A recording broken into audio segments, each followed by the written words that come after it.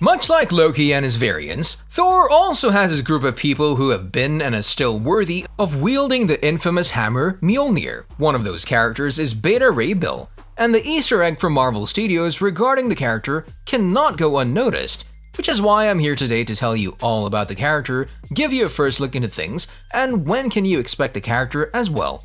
And without further ado, let's dive right in. Everyone can become a super soldier, all you need is the right formula of the serum that gives the powers to become one. However, not all people can be the wielders of Mjolnir, because let's face it, not many people are worthy. Each and every one of us has a dark secret or a troublesome past that turned you into what you are today. One of the few individuals who have wielded the Mjolnir is also Beta Ray Bill, yet another god of thunder who was worthy enough to use the power bestowed upon him by Odin.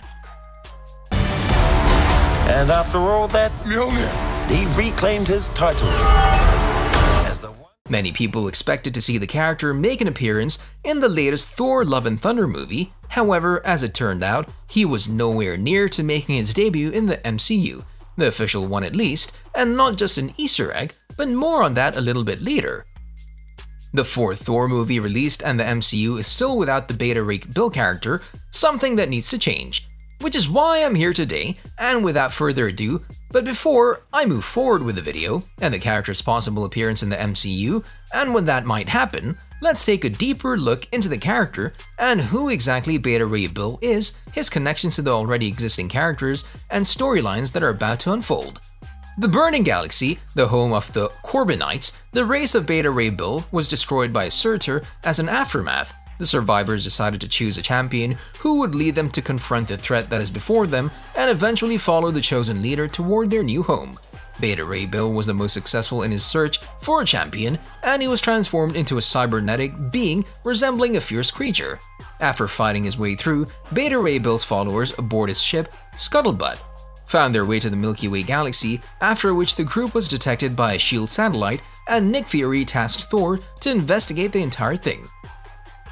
Deeming a threat, Bill fought Thor with the latter dropping his hammer over the course of the fight. Curious enough, Beta Ray Bill picked up the hammer and deemed him worthy, granting him the power of Thor.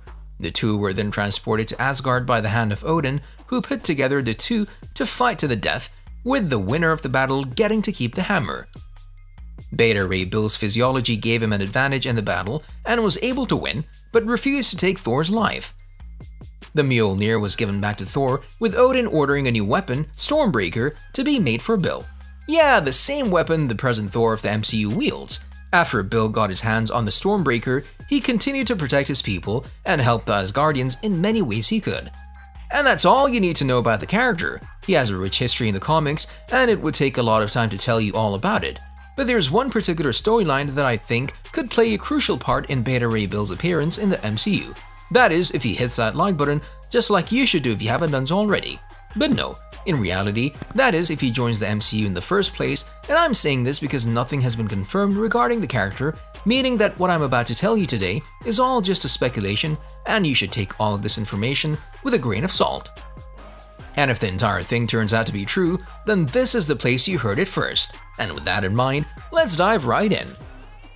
I don't know if you noticed, but the MCU has already shown an Easter egg about Beta Ray Bill in the third Thor Ragnarok movie, when Thor arrived on planet Sakaar among the stonehead statues of the champions of Grandmaster's Arena. Alongside Hulk, there was also a stone statue of Beta Ray Bill, which means he has been on the planet Sakaar at some point, hence part of the MCU, despite his whereabouts not known in the present of the MCU.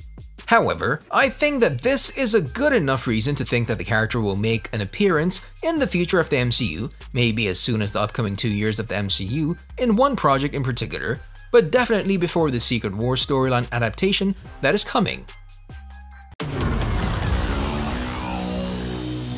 so much. And then I went on a journey of self-discovery.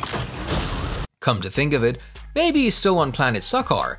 Who knows? Nothing has been cleared about that. And if I'm to question, maybe there's some kind of a connection between him and the Hulk after his last visit to the planet to retrieve his son, Sakaar. This is just my theory, but there are some details that point that this could very well become a reality, especially if Thor somehow manages to find his way to Sakaar, with the two possibly engaging in a battle, much like their counterparts in the comics, with Bill eventually getting his hands on the Stormbreaker Thor wields right now.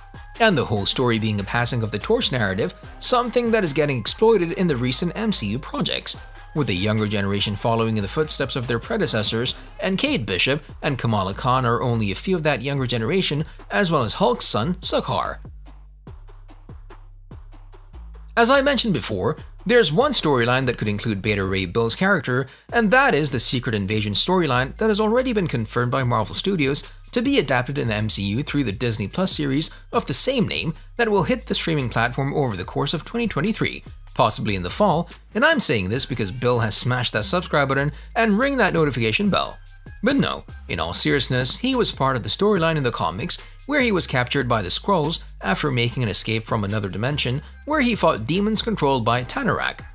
As part of the Skrulls' invasion, they interrogated and tortured him to get to know him better and learn important information about him as well as physiology in order to take his persona for their invasion of Earth, and a Skrull to introduce himself to others as Beta Ray Bill, who has already established a connection or two with several superheroes from Earth.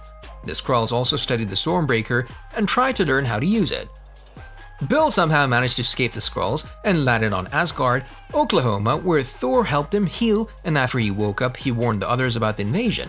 The Skrulls came to Earth, and after defeating many of them, Bill came face to face with a Super Skrull that beat him using his own weapon, which the Skrulls altered to be used by some of their own. So with this in mind, you can see that Beta Ray Bill was a crucial part of the Secret Invasion storyline, which is a good enough reason for me to think that he might be part of the series in one form or another. And if Thor decides to retire, something I mentioned before, it would surely be Beta Ray Bill's character to step in his shoes as probably the next most powerful wielder of Mjolnir and Stormbreaker as well. Beta Ray Bill, after the invasion was finished, he parted ways with Thor and continued to explore the cosmos, which could also signal that he could very well make an appearance in many of the upcoming MCU projects, seeing how many of them have some kind of a connection to space, and Bill somehow getting involved in a battle or two, possibly in the upcoming The Marvels movie, which could come with a whole lot of space storylines taking place over the course of it. Whatever the case may be, when everything is taken into consideration, you can see that Beta Ray Bill is a famous character from the comics, and knowing that Marvel Studios are not simply putting things out there, like his head as a champion on planet Sakaar, there will surely be something that connects to the character, including his debut in the MCU in the flesh. See you in the next video.